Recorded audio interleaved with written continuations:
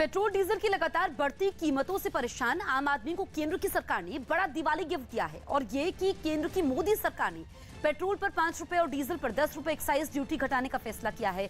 मतलब ये कि पेट्रोल के दाम 5 रुपए और डीजल के दाम 10 रुपए कम हो गए हैं। सरकार का ये फैसला आज से लागू भी किया गया है। 3 नवंबर को दिल्ली में 1 लीटर पेट्रोल की कीमत 110 रुपए 4 पैसे थी और 1 लीटर डीजल की कीमत 98 रुपए 42 पैसे थी। अगर तेल कंपनियां कीमतें नहीं बढ़ाती हैं तो फिर एक्साइज ड्यूटी में कटौती के बाद दिल्ली में आज पेट्रोल की कीमत घटकर 105 रुपए 4 पैसे और 1 लीटर डीजल की कीमत 88 रुपए 42 पैसे हो गई है। कच्चे तेल की कीमतों के आधार पर तेल कंपनियां रोजाना सुबह भाव तय करती हैं। फिलहाल पेट्रोल पर एक्साइज ड्यूटी और राज्यों के वैट को मिलाकर करीब 60% टैक्स लगता है। पेट्रोल पर उत्पाद शुल्क करीब 32 रुपए 90 पैसे प्रति लीटर और डीजल पर उत्पाद शुल्क 31 रुपए 80 पैसे वसूला जाता है। निश्चित रूप से देशवासियों के लिए और खास करके जो कृषि उत्पादक समूह से लेकर के विभिन्न संवर्ग के लोगों के लिए तात्कालिक रूप से एक राहत भरी और सुकून भरी खबर है। इस सरकार ने इतने तोहफे दिए हैं कि जो पहले कभी किसी सरकार ने नहीं दिए और सरकार शायद ये सरकार ही पहली आई है जो जनता के बारे में सोचती है और इसने ये आज और नया तोहफा दिया तो बहुत अच्छी बात है। इसको एक बहुत वेलकम स्टेप मानती हूँ गवर्नमेंट की तरफ से and I think so it's a gift for the ladies specially. Sir आम आदमी के लिए तो इससे अच्छा दिवाली का तोहफा कुछ हो ही नहीं सकता। This is a gift to me और टू द दिल्ली पीपल। तो बहुत अच्छी बात है, बहुत राहत मिलेगी। कम कर दिया तो अच्छी बात है। हम लोग मिडिल क्लास के आदमी लोग के लिए बहुत अच्छी बात है। ऑफर है दीपावली के, समझ लो बोनस मिल रहा है और कुछ कम हो जाए तो अच्छा रहेगा। जो जैसा वैसा चला रहे हैं, कहीं ना कहीं आपको रिलीफ तो मिली होगी। हाँ थोड़ा बहुत रिलीफ है उससे। मोदी सरकार का तोहफा है और ये पब्लिक के लिए बहुत अच्छा है और मुझे लगता है सरकार को और कम करना चाहिए। पर ये भी बहुत खुशी की बात है, दिवाली के समय इतना होना भी बहुत अच्छी बात है। दिवाली का तोहफा तो बोल सकते हैं क्योंकि ये 5 रुपए भले ही हैं कहने को, लेकिन इससे जो कॉमन मैन है उसकी तो जेब पे काफी फर्क पड़ेगा। देश के विकास के लिए 5 रुपए और लेती भी थी सरकार तो कोई बहुत उसका नकारात्मक प्रभाव नहीं है। हम लोग बड़े खुशी खुशी पैसे देते हैं और पेट्रोल डलाते हैं इसलिए ताकि देश के विकास में इसका सदुपयोग हो। यही नहीं, एक्साइज ड्यूटी में कटौती के साथ केंद्र सरकार ने राज्यों से भी पेट्रोल और डीजल पर वैट घटाने की अपील की ताकि पेट्रोल और डीजल के दाम कुछ और कम हो पाएं और आम आदमी को थोड़ी राहत मिल पाए। केंद्र सरकार की इस अपील के बाद यूपी, गुजरात, असम और बिहार समेत एनडीए शासित 9 राज्य सरकारों ने पेट्रोल डीजल पर वैट कम कर दिया। यूपी की योगी आदित्यनाथ की सरकार ने तो पेट्रोल और डीजल पर 12 रुपए वैट कम किया।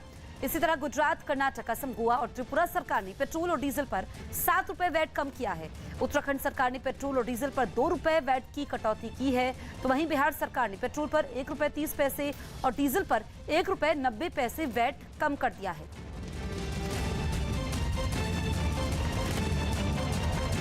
पेट्रोल डीजल पर एक्साइज ड्यूटी कम करने की केंद्र सरकार के इस फैसले पर यूपी के मुख्यमंत्री योगी आदित्यनाथ ने ट्वीट कर खुशी जाहिर की। उन्होंने अपने ट्वीट में लिखा कि पीएम नरेंद्र मोदी जी द्वारा जनहित में पेट्रोल और डीजल पर एक्साइज ड्यूटी कम करने के निर्णय ने दिवाली को अतिरिक्त उल्लास से भर दिया है। ये निर्णय समाज के हर वर्ग को राहत पहुंचाने वाला है। सभी प्रदेशवासियों की ओर से आदरणीय प्रधानमंत्री जी का हार्दिक आभार।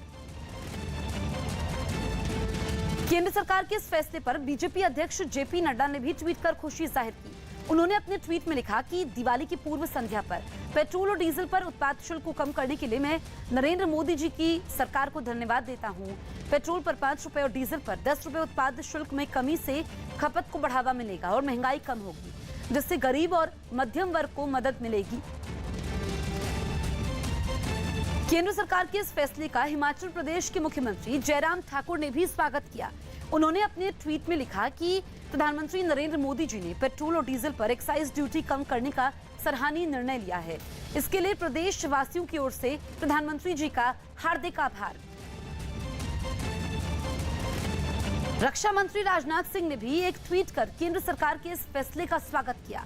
उन्होंने लिखा कि दिवाली की पूर्व संध्या पर पीएम नरेंद्र मोदी की अगुवाई में केंद्र सरकार द्वारा डीजल और पेट्रोल पर एक्साइज ड्यूटी घटाकर उनकी कीमतों में 10 रुपए और 5 रुपए की कटौती कर आम जनता को बहुत बड़ी राहत दी गई है।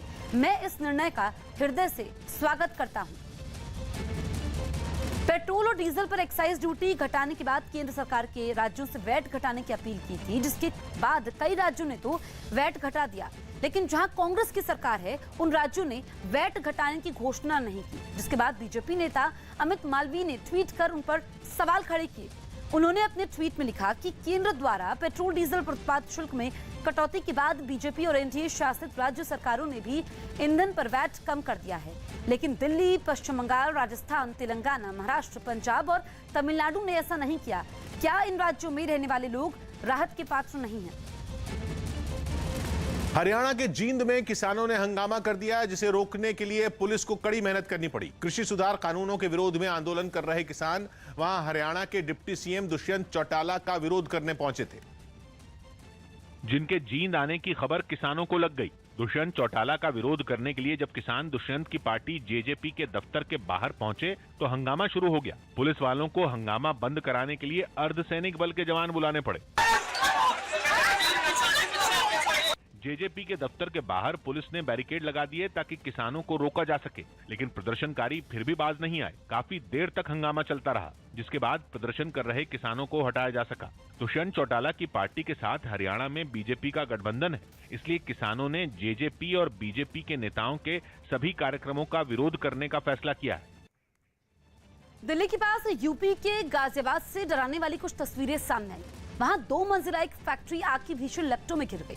यह आग कैसे लगी, इसकी वजह का पता नहीं चल पाया, लेकिन थोड़ी ही देर में उसने पूरी फैक्ट्री को अपनी चपेट में ले लिया। फैक्ट्री के हर हिस्से से आग की ऊंची लपटें उठने लगी और उसके आसपास धुएं का गुबार फैलने लगा। इन तस्वीरों को देखकर लोग खौफ से भर गए, क्योंकि उस फैक्ट्री के आसपास कई दूसरी इमारतें भी थी, जिनमें आग के फैलने का खतरा मंडराने लगा। जानकारी मिलते ही दमकल विभाग के लोग घटना वाली जगह पर पहुंच गए और आग को बुझाने की कोशिश शुरू कर दी। आग को फैलने से रोक करके नियंत्रित कर लिया गया है। आग इतनी भीषण थी कि उसे बुझाने तक फैक्ट्री और उसमें रखा लाखों रुपए का सामान जलकर राख हो गया। बिहार के समस्तीपुर के पास रोसड़ा में प्रदर्शनकारियों पर पुलिस की लाठियां जमकर बरसी। बताया गया कि पुलिस हिरासत में एक साथी की सेहत खराब होने से सफाई कर्मी नाराज हो गए और विरोध जताने के लिए थाने के अंदर पहुंच गए, जहां उन्होंने हंगामा शुरू कर दिया। प्रदर्शनकारियों में बड़ी संख्या में महिलाएं भी दिखी। इन प्रदर्शनकारियों ने जब पुलिस के जवानों से उलझना शुरू कर दिया तो हालात को संभालने के लिए लाठीचार्ज करने की नौबत आ गई। फिर तो प्रदर्शनकारियों के बीच भगदड़ मच गई और पुलिस ने कुछ लोगों को खदेड़ खदेड़ कर पकड़ना शुरू कर दिया। भगदड़ और लाठीचार्ज की वजह से कुछ लोग जख्मी भी हो गए। हालांकि पुलिस ने इस सबके लिए प्रदर्शन की आड़ में मौजूद उपद्रवियों को जिम्मेदार ठहराया। उन्होंने थाना परिसर में घुसकर थाना संपत्ति का तोड़फोड़ किया। इस पूरे बवाल की वजह 29 अक्टूबर को हुए उस मामले को बताया गया, जिसमें बकाया वेतन की मांग को लेकर एक सफाई कर्मचारी ने एक अफसर को थप्पड़ मार दिया था। थप्पड़ मारने के आरोपी के खिलाफ केस दर्ज होने के बाद पुलिस ने उसे हिरासत में ले लिया। हिरासत में तबीयत खराब होने पर आरोपी को अस्पताल में भर्ती कराया गया, लेकिन उसके साथी हिरासत में पिटाई का आरोप लगाकर प्रदर्शन पर उतर आए।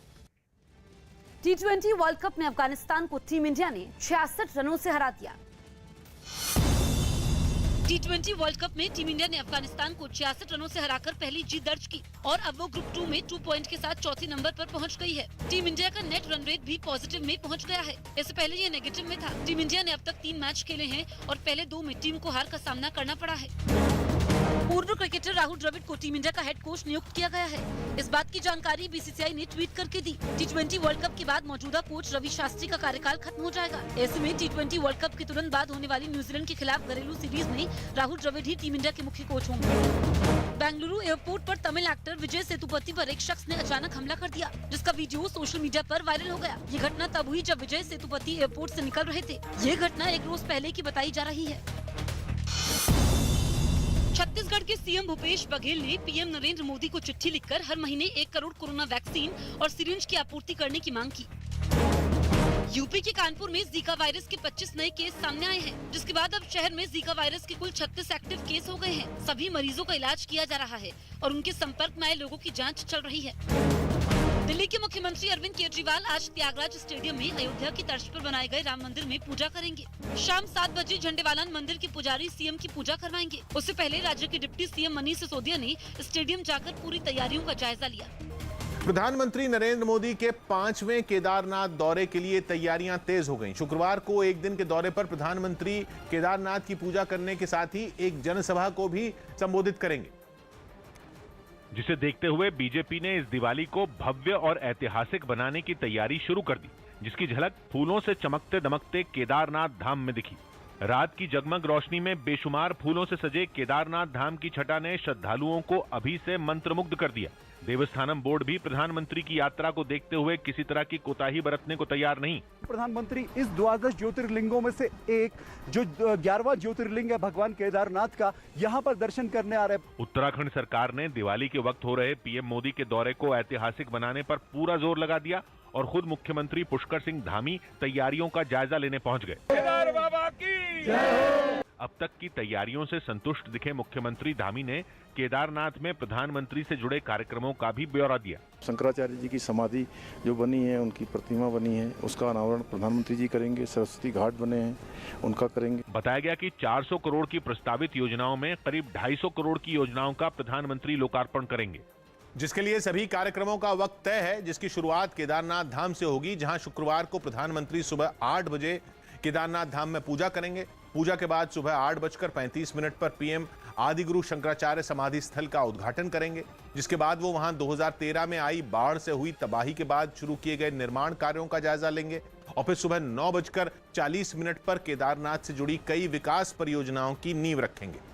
उत्तराखंड विधानसभा चुनावों की तेज होती आहट के बीच उन्हें एक जनसभा को भी संबोधित करना है। मुंबई में ड्रग्स के खिलाफ ताबड़तोड़ कार्रवाई करने वाले एनसीबी अधिकारी समीर वानखेड़े के समर्थन में श्री शिव प्रतिष्ठान युवा नाम के संगठन से जुड़े लोगों ने प्रदर्शन किया।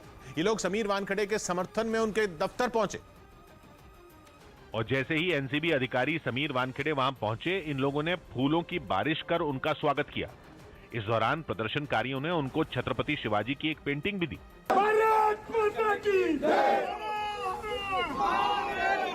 ड्रग्स केस में की गई कार्रवाई का समर्थन करते हुए इन लोगों ने समीर वानखेड़े की हौसला अफजाई के लिए नारेबाजी भी की।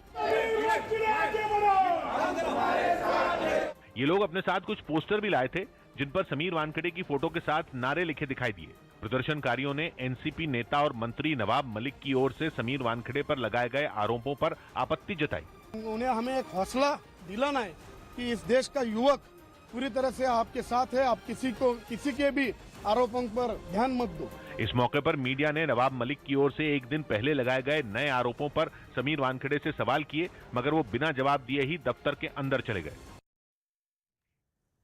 यूपी के शाहजहांपुर से एक चौंकाने वाली तस्वीर सामने आई। वहां धनतेरस के दिन बाजार में मौजूद दो लोग आपस में उलझ गए। इसके बाद उन दोनों के बीच विवाद इतना बढ़ गया कि सड़क पर ही मारपीट शुरू हो गई। और फिर तो सड़क को अखाड़े में बदलने में ज्यादा वक्त नहीं लगा। एक तरफ दो लोग एक दूसरे का कॉलर पकड़कर लड़ते रहे, तो दूसरी तरफ कुछ लोगों ने उसके साथी को पीटना शुरू कर दिया। इसके बाद जैसे ही लाल शर्ट वाला लड़का पीछे घुमा, एक आदमी ने उसके सिर पर लाठी से हमला बोल दिया। यह हंगामा काफी देर तक चलता रहा, जिसे देखने के लिए वहां बहुत सारे लोग भी जुट गए। हालांकि उन्हीं लोगों ने बीच बचाव किया, तब जाकर यह लड़ाई बंद हुई। दिवाली के मौके पर बॉर्डर पर तैनात सुरक्षा बल के जवानों ने जश्न मनाया। इस जश्न की एक तस्वीर जम्मू कश्मीर के अरनिया सेक्टर के बीएसएफ कैंप से सामने आई। वहां अरनिया की ट्रेवा पंचायत की सरपंच बलबीर कौर और अश्विनी शर्मा बीएसएफ कैंप पहुंचे, जहां इन लोगों ने बॉर्डर पर तैनात बीएसएफ जवानों के साथ पटाखे चलाकर दिवाली का जश्न मनाया। बीएसएफ कैंप में पहुंचे इन लोगों ने जवानों को मिठाई खिलाई और उन्हें दिवाली की बधाई दी। इस मौके पर बीएसएफ के कुछ जवानों ने डांस कर जश्न को और शानदार बना दिया। इसके बाद बीएसएफ जवानों के साथ सभी ने फोटो खिंचवाई और देशभक्ति के नारे लगाकर उनका उत्साह भी बढ़ाया। कमोबेश जश्न की कुछ ऐसी ही तस्वीर राजस्थान के जैसलमेर से भी सामने आई। वहां भारत पाकिस्तान सीमा पर तैनात बीएसएफ जवानों ने मोमबत्तियां जलाईं और देशभक्ति के गाने गाकर दिवाली का त्योहार मनाया। आज हमको थोड़ा एक्स्ट्रा अलर्ट रहना पड़ेगा, क्योंकि जब हम ड्यूटी कराएंगे तो तभी तो जाके सभी सब अपना सेफ रहेंगे पूरे देश में। उधर भारत बांग्लादेश बॉर्डर पर भी बीएसएफ और बॉर्डर गार्ड बांग्लादेश के अधिकारियों ने दिवाली के मौके पर एक दूसरे को मिठाई भेंट की। पंजाब चुनाव में कैप्टन अमरिंदर सिंह ने कांग्रेस के नेता नवजोत सिंह सिद्धू को हर हाल में हराने के दावे किए, तो सिद्धू ने पूर्व मुख्यमंत्री पर तीखा हमला बोला। मैं चले कारतूसा की गल नहीं करनी। कौन बेदखल होया ते हुण तू रोंडू बच्चा बन गया। रोंडू बच्चा उत्तर प्रदेश के हरदोई से एक चौंकाने वाली तस्वीर सामने आई। वहां कासिमपुर इलाके में एक शिवलिंग स्थापित करने की बात पर दो गुटों में जबरदस्त मारपीट हो गई। असल में एक पक्ष वहां चबूतरे पर मूर्ति रखना चाहता था, लेकिन दूसरा पक्ष इसके लिए राजी नहीं था और इसी बात पर दोनों के बीच बहस हो गई, जिससे ऐसा हंगामा हुआ कि सबके होश उड़ गए। प्रभुदयाल नाम के एक आदमी की शिकायत थी कि उसकी दुकान के बगल में कुछ लोग जबरदस्ती शिव मंदिर बनाने में जुट गए, जिसे रोकने की उसने कोशिश की तो गाली गलौज शुरू हो गई। विरोध जताने के बावजूद वो लोग शिवलिंग को स्थापित कर जयकारे लगाने लगे। इसे एक महिला ऐसी भड़की कि उसने शिवलिंग को उठाकर फेंक दिया। इसके बाद तो वहां मारपीट शुरू हो गई।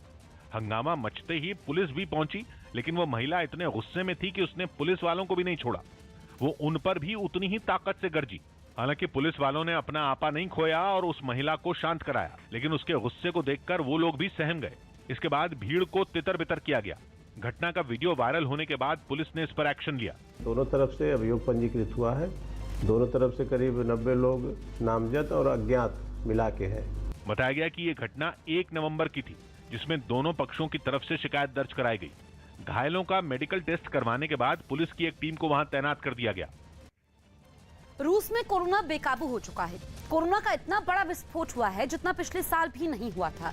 मतलब ये कि पिछले हफ्ते रूस की सरकार ने जो बंदिशें लगाई थी वो भी किसी काम नहीं आई और रूस में एक दिन में सामने आए कोरोना मरीज और उनकी मौत के आंकड़े ने अब तक के सारे रिकॉर्ड तोड़ दिए। एक दिन पहले वहां कोरोना के 40,000 से भी ज्यादा नए मरीज सामने आए, जो कि रूस में कोरोना महामारी फैलने के बाद एक दिन में बीमारी बढ़ने से लोगों का अब तक का सबसे बड़ा आंकड़ा है। बीते एक हफ्ते में ये 5वीं बार है जब रूस में एक दिन में इतने लोग कोरोना की चपेट में आए।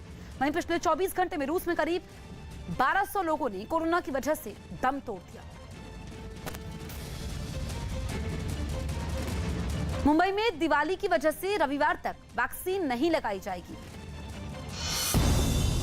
मुंबई में दिवाली की छुट्टियों की वजह से रविवार तक कोरोना वैक्सीन लगाने का काम बंद रहेगा। वहां के नगर निगम बीएमसी ने यह जानकारी दी। सोनिया गांधी, प्रियंका और राहुल गांधी ने यूपी में प्रतिज्ञा यात्रा को सफल बनाने वाले नेताओं से ऑनलाइन बात की। T20 वर्ल्ड कप के एक मैच में न्यूजीलैंड ने स्कॉटलैंड को 16 रन से हरा दिया। इसी के साथ ग्रुप 2 में उसके 3 मैचों में 4 अंक हो गए। दिल्ली पुलिस ने 2 आरोपियों के पास से 18 करोड़ रुपए की ड्रग्स की एक बड़ी खेप बरामद की। पुलिस ने बताया कि आरोपियों ने अपने घर में ही ड्रग्स बनाने के लिए प्लांट लगा लिया था और फिर वो इन्हें दूसरे राज्यों में सप्लाई करते थे। बिहार के मुजफ्फरपुर में ग्रेविटी एग्रो एंड एनर्जी नाम की कंपनी ने प्लास्टिक के कचरे से ईंधन यानी कि पेट्रोल और डीजल बनाने का दावा किया। बताया गया कि इसके लिए नगर निगम से कचरा खरीदकर उससे पेट्रोल बनाया जाएगा। इस प्लांट के जरिए 15 से 20 लोगों को रोजगार मिलने का दावा किया गया। बेस्ट प्लास्टिक है, उसको यूज करके यहाँ फ्यूल तैयार होता। कचरे से पेट्रोल बनाने की इस तकनीक को 2018 में विकसित किया गया, जिसके लिए इस कंपनी के सीईओ आशुतोष मंगलम को पीएमओ की तरफ से सम्मानित भी किया गया था। इस प्लांट के लिए 25 लाख रुपए खर्च किए गए, जिससे हर रोज कई लीटर पेट्रोल और डीजल बनाए जाने की उम्मीद जताई गई। 200 केजी वेस्ट प्लास्टिक हम कंज्यूम करेंगे, जिससे लगभग 150 लीटर डीजल या 130 लीटर पेट्रोल का उत्पादन किया जाएगा। पाकिस्तान के झूठे कश्मीर प्रेम की पोल एक बार फिर खुल गई। न्यूज़ 18 के अमित पांडे की रिपोर्ट है कि पाकिस्तान ने अपने एयर स्पेस से श्रीनगर से शारजाह की उड़ान पर रोक लगा दी, जिसके बाद भारतीय विमानों को दूसरे एयर स्पेस से शारजाह जाना होगा, जिसमें पहले के मुकाबले 1.5 घंटे का वक्त ज्यादा लगेगा और पैसे भी ज्यादा खर्च होंगे। पाकिस्तान का फैसला अंतर्राष्ट्रीय कानून के खिलाफ बताया गया, क्योंकि बिना लैंडिंग के पूरे इलाके से विमानों को उड़ान भरने की आजादी। हालांकि इमरान सरकार के फैसले के बाद भारत सरकार हरकत में आ गई और विदेश मंत्रालय ने नागरिक उड्डयन के साथ ही गृह मंत्रालय को इसकी जानकारी दी, जिसके बाद किसी भी नियमित उड़ान पर असर नहीं होने देने का फैसला हुआ। चूंकि 23 अक्टूबर को ही केंद्रीय गृह मंत्री अमित शाह ने इस हवाई सेवा की शुरुआत की थी, इसलिए पाकिस्तान के रुख से कश्मीर के कई नेता भी हैरान नजर आए। इजराइल के कब्जे वाले वेस्ट बैंक में इजराइल की सेना ने कुछ फिलिस्तीनियों के मकानों को ढहा दिया। इजराइल प्रशासन का दावा है कि ढहाए गए सभी मकानों को बनाने से पहले उससे इजाजत नहीं ली गई थी, जिसके बाद वहां के प्रशासन ने कार्रवाई करते हुए कुछ मकानों को गिरा दिया। सामने आई तस्वीर में ऐसे ही एक मकान को गिराने के लिए प्रशासन और पुलिस की टीम मुस्तैद दिखी। सबसे पहले उस मकान में रखे सामान को बाहर निकाला गया, उसके बाद खुदाई करने वाली 2 मशीनों को उसे ध्वस्त करने के काम पर लगाया गया। इस कार्रवाई से खफा कुछ महिलाएं आगे बढ़ी, लेकिन इजराइल की सेना के जवानों ने उन्हें रोक दिया। थोड़ी देर तक उन लोगों में तीखी बहस भी हुई, लेकिन सेना के जवानों के सामने उनकी एक नहीं चली। कुछ घंटों की कार्रवाई के बाद वो मकान पूरी तरह जमींदोज हो गया।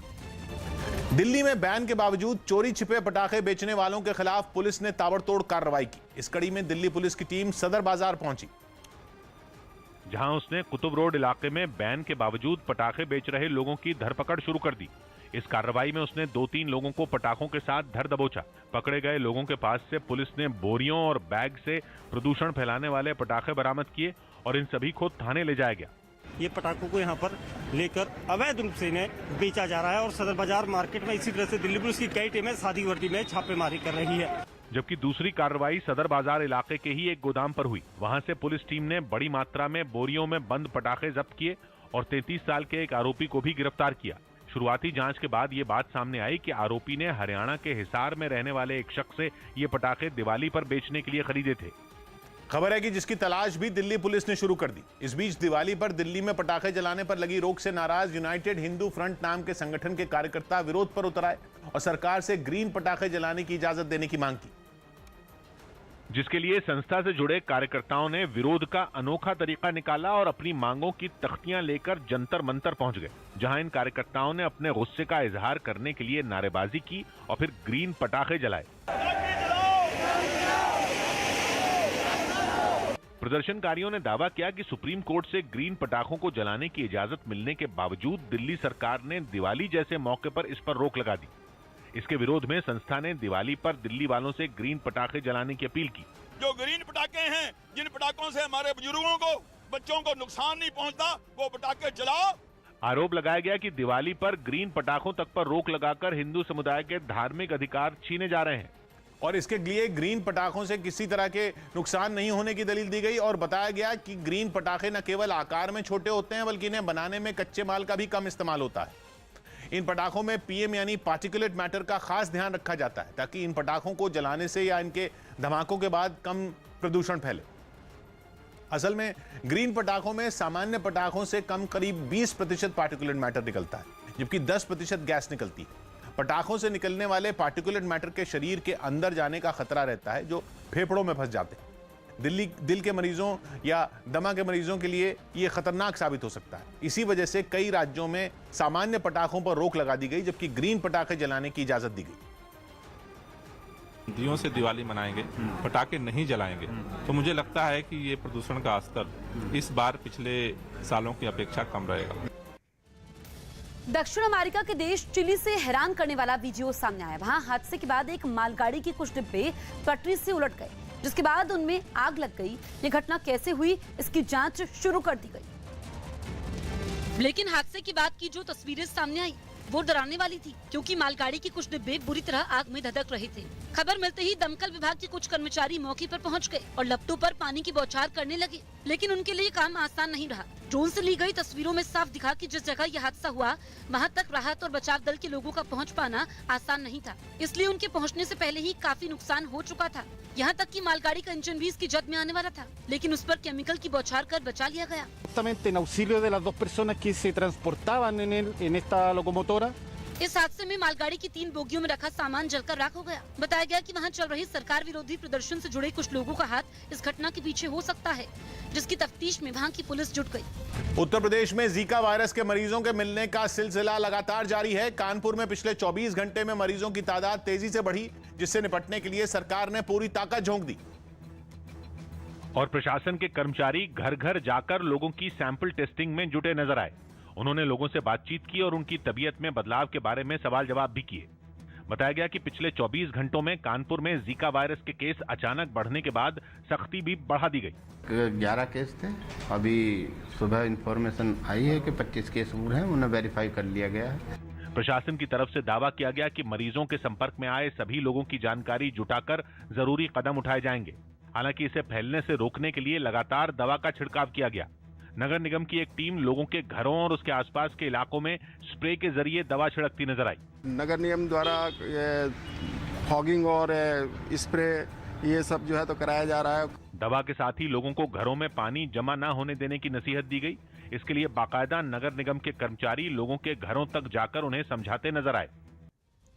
दिल्ली की केजरीवाल सरकार ने कारोबारियों की सुविधा के लिए एक पोर्टल बनाने का ऐलान किया। न्यूज 18 के दीपक रावत की रिपोर्ट है कि केजरीवाल सरकार दिल्ली बाजार नाम से एक पोर्टल तैयार कर रही है, जिससे दिल्ली के सभी बाजारों के साथ छोटे बड़े दुकानदार और उद्योगपतियों को इससे जोड़ा जाएगा और ये लोग अपने प्रोडक्ट को इस पोर्टल पर दिखा भी पाएंगे, ताकि देश और दुनिया में बैठा कोई भी ग्राहक आसानी से इस पोर्टल के जरिए उन चीजों को खरीद सके। इस ऐलान के वक्त मुख्यमंत्री अरविंद केजरीवाल ने बताया कि इस पोर्टल पर काम अभी शुरू हुआ है और अगले साल अगस्त तक इसके तैयार होने की उम्मीद है। इस पोर्टल के जरिए हम किस्म किस्म की वर्चुअल एग्जीबिशंस कर सकते हैं सामानों की। उस एक प्रोडक्ट को जितने भी लोग बनाते हैं उनकी एग्जीबिशन करके और पूरी दुनिया तक उनके सामान को ले जा सकते हैं। देश के लिए एक बड़ी खबर WHO से आई। वर्ल्ड हेल्थ ऑर्गेनाइजेशन ने कोरोना वायरस से बचाव के लिए भारत में बनी कोवैक्सीन के इस्तेमाल को मंजूरी दे दी। न्यूज 18 के रवि सिंह की खबर है कि WHO से मंजूरी मिलने का मतलब कोवैक्सीन को अंतर्राष्ट्रीय स्तर पर मंजूरी मिलना है, जिसका फायदा यह होगा कि कोवैक्सीन लगवाने वाले लोगों को विदेश यात्रा में भी कोई परेशानी नहीं होगी। दुनिया के ज्यादातर मुल्कों में उन्हीं लोगों को प्रवेश की इजाजत होती है जिन्होंने WHO से मंजूर हो चुकी कोई वैक्सीन लगवाई हो। इसका फायदा यह भी होगा कि दुनिया के बाकी मुल्कों में भी कोवैक्सीन की मांग बढ़ेगी, जिससे भारत दूसरे देशों में भारत बायोटेक की कोवैक्सीन का एक्सपोर्ट भी कर पाएगा। सूत्रों के मुताबिक WHO से मिली इस मंजूरी की बड़ी वजह G20 समिट में हिस्सा लेने गए प्रधानमंत्री नरेंद्र मोदी के प्रयास बने। लखीमपुर हिंसा केस में 2 और आरोपी धरे गए। लखीमपुर हिंसा मामले में 2 और आरोपियों रंजीत सिंह और अवतार सिंह को पुलिस ने गिरफ्तार कर लिया। अमेरिका में अमेजॉन ने अपने गोदाम में काम करने वाले कर्मचारियों के लिए मास्क लगाने का नियम खत्म कर दिया। हालांकि ये छूट उन्हीं कर्मचारियों को मिलेगी जिन्होंने कोरोना वैक्सीन की दोनों डोज लगवा ली हैं। दिल्ली के सदर बाजार इलाके में पैसे और फोन छीनकर भाग रहे एक आरोपी को पुलिस ने पकड़ लिया। यूपी में देवबंद के एक बैंक में गए आदमी से 1 लाख रुपए चोरी कर लिए गए, जिसके बाद पुलिस सीसीटीवी वीडियो की जांच कर आरोपी की तलाश में जुट गई। दिल्ली के पास यूपी के गाजियाबाद की एक इमारत में बने मकान में आग लग गई। हालांकि राहत की बात यह रही कि इस आग पर समय रहते काबू पा लिया गया। जम्मू कश्मीर के पुंछ में फिर एक शख्स को आतंकवादियों की मदद करने के आरोप में गिरफ्तार किया गया। न्यूज 18 के पवन शर्मा की रिपोर्ट है कि पुंछ में पिछले 24 घंटों से चल रही मुठभेड़ में आतंकवादियों की मदद करने के आरोपी को वहां से मुठभेड़ वाली जगह के पास के एक गांव से गिरफ्तार किया गया। बताया गया यासिर अराफात नाम का यह आरोपी जंगल में आतंकवादियों तक खाना पहुंचाने, उन्हें सुरक्षा बल की गतिविधियों की तमाम जानकारी देता था।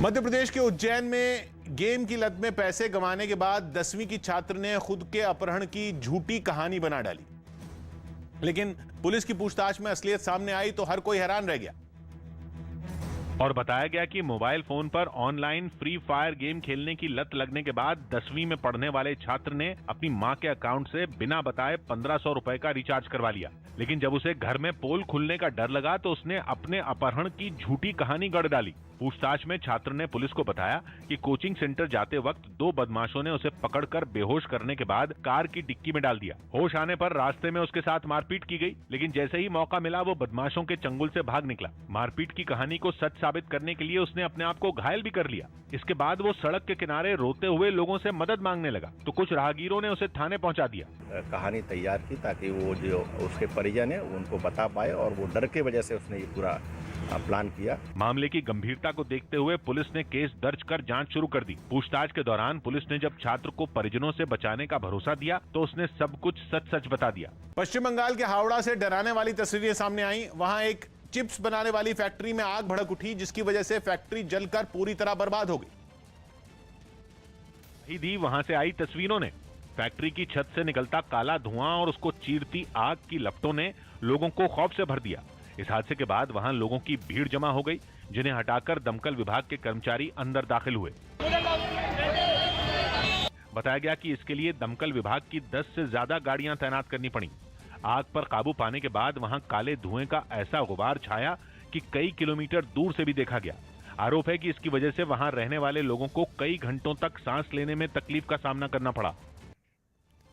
बालाकोट के हीरो अभिनंदन का प्रमोशन हुआ। पाकिस्तान ने T20 वर्ल्ड कप के सेमीफाइनल में जगह बना ली। उसने नामीबिया को 45 रन से हराकर यह कामयाबी हासिल की। बालाकोट एयर स्ट्राइक के hero wing commander Abhinandan Varthaman का प्रमोशन कर दिया गया। अब वायुसेना ने उन्हें ग्रुप कैप्टन बना दिया। दिवाली के दिन होने वाली आतिशबाजी और आग लगने की संभावना को देखते हुए दिल्ली के दमकल विभाग ने तैयारी पूरी कर ली। खासतौर पर दिवाली के लिए दिल्ली के सभी फायर स्टेशन अलर्ट मोड पर रहेंगे। इसके साथ ही कंट्रोल रूम के अंदर अतिरिक्त कर्मचारियों की नियुक्ति की जाएगी। बताया गया कि पूरी दिल्ली में 30 छोटे छोटे फायर बूथ बनाए जाएंगे, जिनमें तकरीबन 200 दमकल की गाड़ियां मौजूद रहेंगी। दीपावली के मौके पर जो संवेदनशील एरिया है उन पर 22 जगह ऐसी लोकेशन को चिन्हित किया गया है जहां पर अतिरिक्त गाड़ियों को वहां पर तैनाती दी गई है। इसी तैयारी को देखते हुए दमकल विभाग ने अपने सभी कर्मचारियों की दिवाली की छुट्टी को रद्द कर दिया। विभाग ने दावा किया कि पिछले साल शाम 6 बजे से रात 12 बजे तक दिल्ली फायर सर्विस को करीब 236 आग लगने की शिकायतें मिली थी। इसी वजह से इस बार सभी कर्मचारी इस तरह के हादसों से निपटने के लिए पूरी तरह तैयार रहेंगे। सभी लोग इंक्लूडिंग डायरेक्टर टू जवान सभी लोग ड्यूटी पे होंगे। छोटी दिवाली और बड़ी दिवाली में सभी छुट्टियां हमने कैंसिल कर दी हैं। इंडियन ऑयल ने अगले 1 साल में इलेक्ट्रिक गाड़ियों के लिए 2000 चार्जिंग स्टेशन लगाने का ऐलान किया। यही नहीं, कंपनी का लक्ष्य अगले 3 साल में देश भर में 10,000 ऐसे चार्जिंग स्टेशन तैयार करने का है। We will be setting up 10,000 energy EV charging stations in the next 3 years. Amul अपनी 75वीं सालगिरह का जश्न मना रहा है। इस मौके पर आइए आपको बताते हैं कि अमूल ने समय समय पर अपनी बात देश विदेश में कैसे पूरी कामयाबी के साथ पहुंचाई। अमूल का हर विज्ञापन नई कहानी कहता है। अमूल की कोशिश रहती है कि अपनी बात निराले और दिलचस्प अंदाज में आप तक पहुंचाए। आइए देखते हैं अमूल की एक अमूल्य कहानी।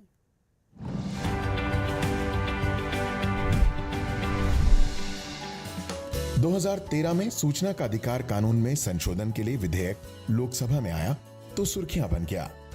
12 अगस्त 2013 को लोकसभा में पेश right to information amendment bill standing committee को भेज दिया गया। बिल के जरिए राजनीतिक पार्टियों को सूचना के अधिकार से बाहर कर दिया गया। अमूल ने राइट शब्द की जगह बाइट लिखा। विज्ञापन में संदेश दिया गया कि अमूल हर भारतीय का अधिकार है।